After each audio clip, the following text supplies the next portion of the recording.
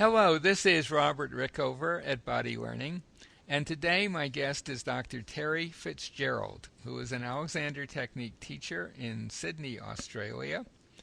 He has been teaching the technique for over 30 years, and for a number of years was the director of the Sydney Alexander School, a teacher training program in Sydney. Terry has a doctorate in education from the University of Technology in Sydney, and he works at that university part-time in that field. And we're going to talk today about the relationship between F. Matthias Alexander, who was the developer of the Alexander technique, and Professor John Dewey, who was extremely influential in the development of American education in the first half of the 20th century. He also was probably America's most famous philosopher. His field was something called pragmatism, and he was a leading exponent of that. In addition, he was you might call him a public intellectual. He gave speeches and was pretty well known in America in the first half of the last century. And we're going to discuss the connection between these two men, which is really quite an interesting one. Terry, welcome to the show. Thank you, Robert. Thank you for having me. It's an interesting pair they made because Alexander was pretty much had few, if any, formal academic credentials. He grew up in Tasmania and left. I don't think he even went to formal school all that much. I believe he was tutored part of the time. And Dewey, on the other hand, I would imagine Dewey must have had a PhD. He was a professor for a long time. He was, I believe, very prominent at Columbia University in New York City in the teacher training college there, which itself was extremely influential in American education during that period. So they make an odd pair. Do you want to talk a little bit about how they first came in contact with each other, and then we could proceed from there? Yes, I believe Dewey started having lessons with Alexander in New York in 1916. Alexander was living in the United States there briefly during the First World War, and was introduced to John Dewey, and John Dewey started having lessons with Alexander technique. John Dewey had just finished one of his major works, Democracy in Education. I think had been published the year before. So my understanding is that he was fairly exhausted from that, and that meeting Alexander helped to revive him and reinvigorate him sort of physically and mentally. Then they became friends from that point, and they both died in the early 1950s. So Dewey in 1952, Alexander in 1955. And from what I understand, they were friends, if not close friends, at a distance for all of that time. Mm-hmm. And Dewey ended up writing the introductions to 3 of Alexander's 4 books, and maintained that his lessons with Alexander not only helped him physically. I believe he was very, very proud of his rib movements, the fluidity of his ribs and breathing. He always kind of showed that off to people. But more importantly for our discussion, he saw in Alexander's work ideas and concepts that went, in a sense, well beyond the physical. And he has a number of quotes to that effect. I think one of the most dramatic, in a way, is a statement of his that he says and it refers to Alexander's discoveries or his technique. It bears the same relation to education that education itself bears to all other human activities. we discussed that quote briefly before, but in the context of their connection, what do you make of that? I think Dewey must have gotten hold of Alexander's concept of habit quite strongly. Can't imagine exactly how Alexander taught him, but Dewey then acknowledged Alexander in subsequent books of his own for Alexander's contribution to Dewey's thinking on habit. He had been thinking these thoughts before, but the practical experience of working with Alexander, so to speak, put flesh on the intellectual bones of his thinking. So insofar as how we think, in fact, Dewey wrote a book called How We Think, can be a function of habitual ways of processing mentally, then to change the way we think in the way Alexander would have taught him would make a big difference to Dewey's approach to education subsequently. And doesn't surprise me that he was so keen to put for Alexander's ideas forward, even though I think in a way Dewey wrote rather better than Alexander. But it's worth reading Dewey sometimes, I find, to get some clarity around what Alexander was trying to say in some of his more complicated sentences. Dewey, I find anyway, can provide a easier access sometimes to Alexander's thinking. Yes, I would agree with that. Although I have to say, the little of Dewey I've read, or parts of his books I've read, I wouldn't have described him as an easy-to-read writer either. But, No.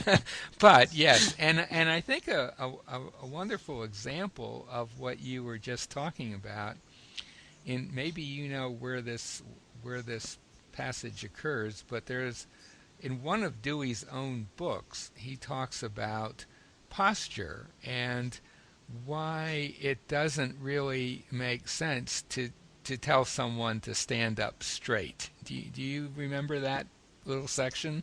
Yes, I think that was the 1922 book. I'll have to look it up. But yes. In any event, if you were reading this, whatever book that was, and it's full of pretty abstract intellectualizing, which I think he was pretty good at, he suddenly seemingly veers off course and uses an example to make a point of his. He starts something like, well, consider telling a man to stand up straight and how useless that is. And then he provides a very well-reasoned explanation of why it is at best useless and probably harmful to tell someone to stand up straight, starting with the basic assumptions that the person will be able to do what you ask him. And he even says, the assumptions that go into that kind of statement are, I believe he phrased it, akin to belief in primitive magic, and about as sensical as telling the tide not to come in today. It's worse than crazy almost. And I always think of some PhD philosophy student plowing through Dewey and suddenly coming on this, and I would think it would be kind of a shock to be brought into the reality of their own posture. And it's an interesting example of where I think Dewey phrased it probably better than Alexander ever did. That's right. It's I think it's what's the book? Looking it up. Human Nature and Conduct, I believe, was the book from 1922. Mm-hmm. It's also worth noticing that when Dewey uses those references, he also adds a footnote at the bottom of each page where he acknowledges Alexander for the contribution towards that way of thinking. Mm-hmm. So I think this might have been the first published references in Dewey's books to Alexander. Mm-hmm.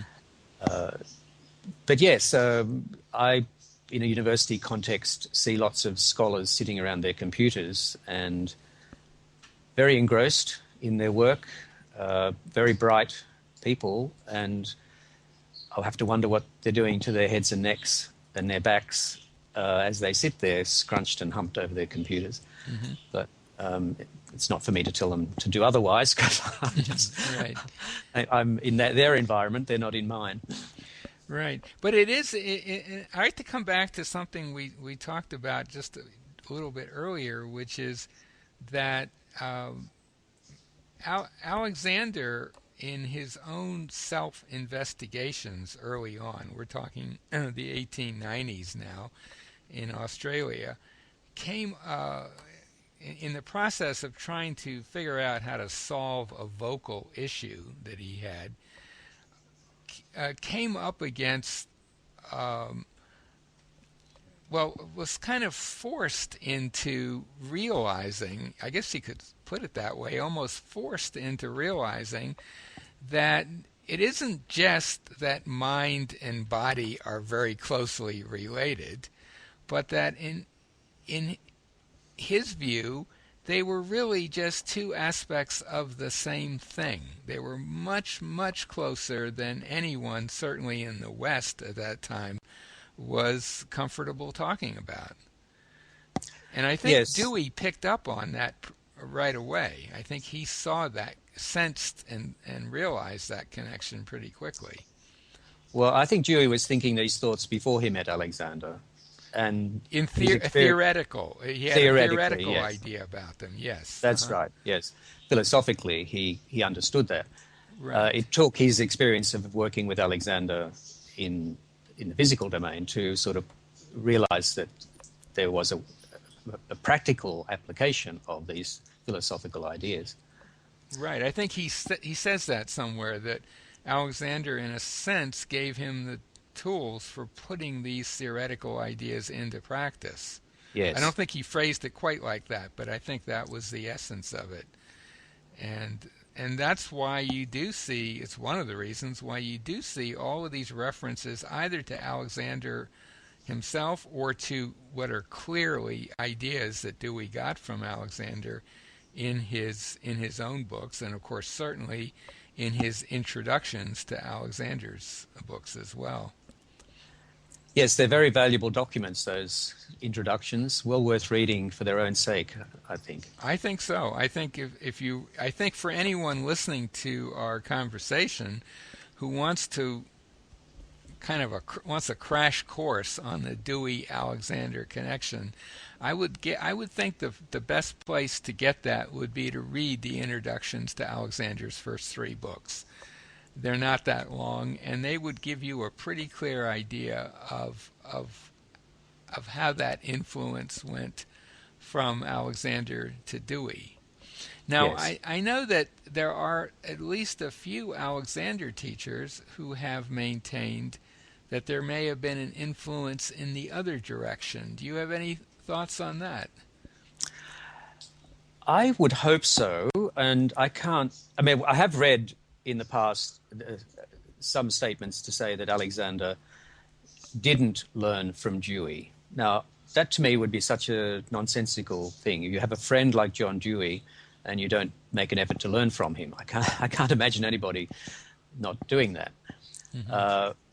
I don't think Alexander was perhaps so forthcoming in whatever he learned. He perhaps didn't acknowledge so much, but others would also say that John Dewey helped Alexander with the writing of some of his books.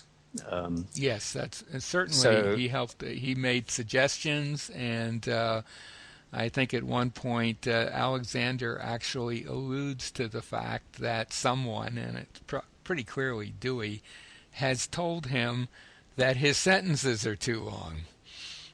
yes. And to which Alexander says, "I know they're long, but they have to be long given what I'm trying to say." So, who knows? But yeah, I think Dewey certainly helped him present himself to the world, and I guess we would have to say, in all fairness, that Dewey was disappointed when Alexander failed to take advantage of some opportunities for having his work better known in later years.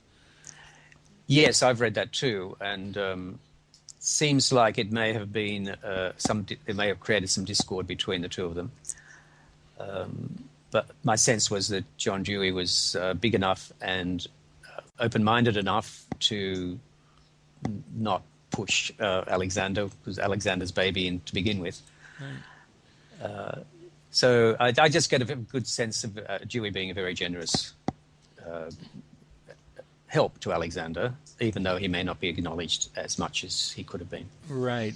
And this leads also to the question of how Dewey scholars have dealt with Alexander. Because, I mean, here this guy shows up in Dewey's writings. He's written the introduction to Alexander, 3 of Alexander's books. He's made numerous statements of the kind I just read about Alexander's work in education and so forth.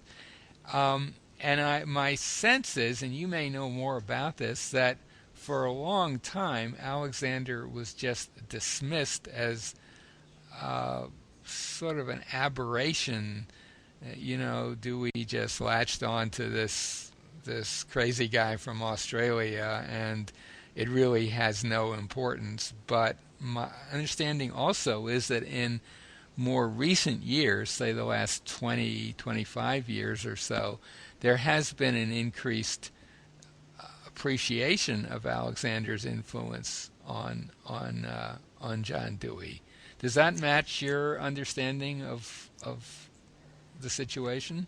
Yes, it does. As far back as, I think it was 86, the very first International Alexander Conference in New York, or maybe Joanne Boydston, who was the editor of Dewey's collected works, gave a talk. That was my first sense of the importance of the connection. And she was pretty clear that it was a strong influence and a very useful one. Yes, and she's produced, although she's been published, the proceedings of these conferences have been published. I think she gave another talk for NASTAT at some point. That's an Alexander professional society that we're talking about. Yeah. Yes. So she's been a forerunner there. More recently, some of the John Dewey Society had a recent publication. Not a particularly well-written one, I think. I had to write to them and correct a few things.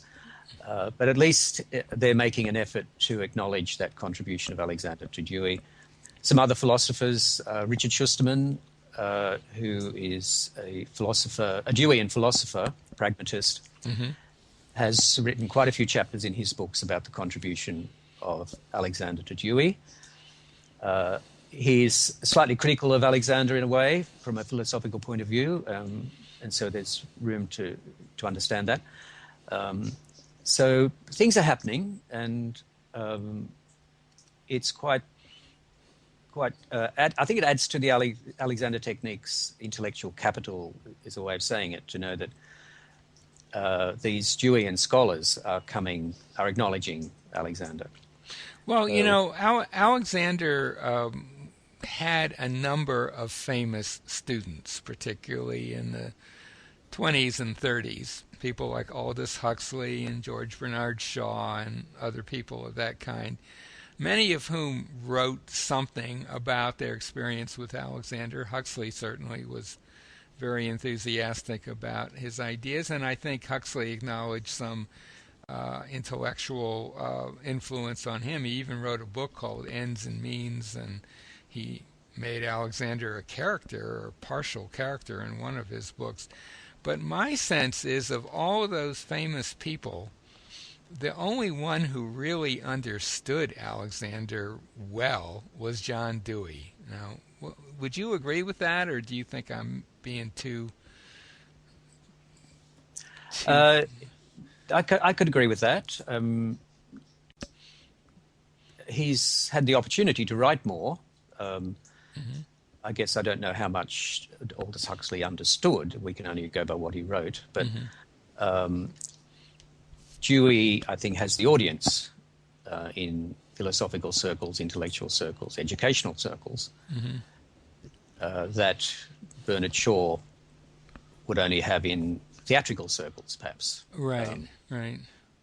So there's more room to spread, to use Dewey as a medium with education. But of course, if you're dealing with theatrical people, then you'd probably draw on Bernard Shaw more appropriately as your source of quotations and evidence. Right. So is there anything that we haven't covered in the Dewey-Alexander relationship that you'd like to bring out before we bring this conversation to a close?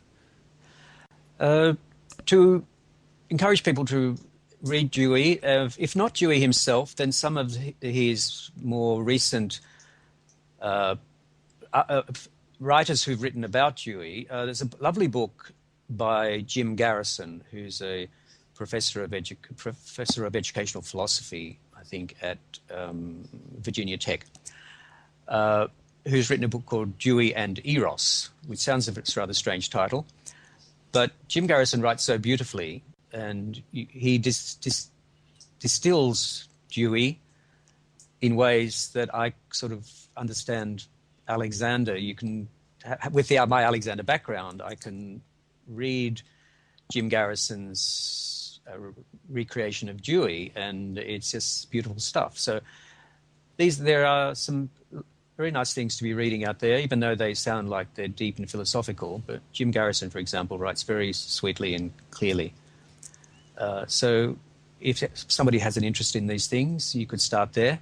And as I mentioned earlier, the introductions to Alexander's books, which are readily available, would also help anyone who's interested in learning more about this connection to learn more about it. Well, maybe we should end the conversation at this point. My guest has been Dr. Terry Fitzgerald, who is an Alexander Technique teacher in Sydney, Australia. He's been teaching for over 30 years. For many years, he was the director of the Sydney Alexander School, a training program for teachers, Alexander teachers. He has a doctorate in education from the University of Technology in Sydney. And if anything that we've been talking about interests you, if you're in Sydney, contact Terry, and if you're somewhere else, find a teacher or do some reading perhaps first, and then maybe find a teacher to get some direct experience of what Dewey and Alexander were talking about. Terry, thank you so much for being on the show. You're very welcome, Robert. Thank you.